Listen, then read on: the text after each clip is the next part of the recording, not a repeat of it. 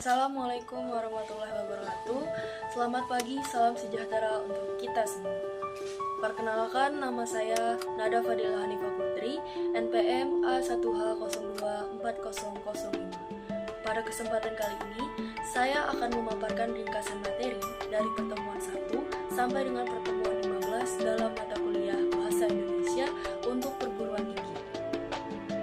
Materi ini sangat penting karena membantu kita memahami peran strategis bahasa Indonesia dalam dunia akademik dan ilmu pengetahuan. Langsung saja kita membahas pada pertemuan 1. Pada pertemuan 1 ini ada hakikat dan perkembangan bahasa Indonesia. Bahasa Indonesia berasal dari bahasa Melayu dan menjadi bahasa pemersatu bangsa sejak Sumpah Pemuda tahun 1928. Setelah kemerdekaan, bahasa Indonesia ditetapkan sebagai bahasa resmi negara. Kini, bahasa Indonesia terus berkembang dan digunakan dalam berbagai bidang, termasuk teknologi dan ilmu pengetahuan. Selanjutnya, pada pertemuan kedua, ada sikap berbahasa Indonesia. Sikap berbahasa mencakup 3 hal penting. Pertama, loyalitas terhadap bahasa Indonesia. Yang kedua, kebanggaan menggunakannya sebagai identitas nasional dan kesadaran terhadap kaidah berbahasa yang baik dan benar. Sikap ini mencerminkan kualitas akademik dan nasionalisme kita sebagai warga negara Indonesia. Pertemuan ketiga, ada teks dalam kehidupan akademik. Teks akademik seperti makalah, artikel, dan laporan ilmiah adalah sarana menanamkan nilai-nilai berpikir kritis dan objektif. Bahasa Indonesia digunakan sebagai penghela ilmu pengetahuan, artinya mampu menyampaikan ide dan konsep ilmiah dengan jelas dan tepat. Lanjut, pada pertemuan keempat, menjelajahi dunia pustaka digital. Mahasiswa di era digital harus mampu mencari dan menggunakan sumber referensi dari berbagai media digital, seperti jurnal elektronik, Google Scholar, dan repositori kampus.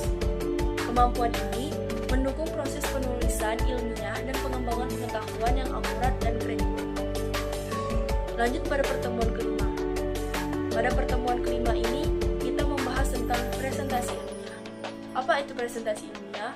Jadi, presentasi ilmiah adalah keterampilan penting dalam dunia akademik. Kita belajar menyusun materi, membuat slide, dan menyampaikannya secara runtut dan menarik.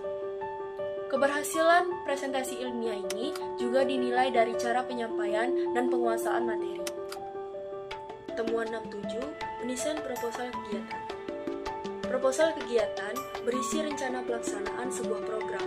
Dalam penulisannya, kita menyusun latar belakang, tujuan, waktu, tempat, serta rincian anggaran. Proposal ini penting sebagai alat komunikasi dan pertanggungjawaban dalam menyelenggarakan kegiatan. Pertemuan 9, melaporkan dan mempresentasikan hasil kegiatan. Setelah kegiatan berlangsung, mahasiswa harus membuat laporan tertulis yang mencerminkan proses dari hasil kegiatan. Laporan kemudian dipresentasikan kepada pihak terkait sebagai bentuk evaluasi dan pelaporan tanggung jawab. Pertemuan 10 sampai pertemuan 11, mendesain proposal penelitian. Berbeda dengan proposal kegiatan, proposal penelitian lebih fokus pada pemecahan masalah ilmiah. Kita mempelajari cara menyusun latar belakang masalah, rumusan masalah, tujuan, metode penelitian, serta jadwal pelaksanaan dan referensi. Pada pertemuan 12 sampai pertemuan 13, melaporkan dan mempresentasikan hasil penelitian. Laporan penelitian adalah hasil akhir dari proses ilmiah yang telah dilakukan. Laporan ini mencakup pendahuluan, metode, hasil, pembahasan, dan kesimpulan. Presentasi hasil penelitian bertujuan menyampaikan temuan secara ilmiah dan meyakinkan. Pertemuan 14 sampai pertemuan 15, menulis dan mempresentasikan artikel ilmiah. Artikel ilmiah adalah ringkasan dari penelitian yang sudah dilakukan.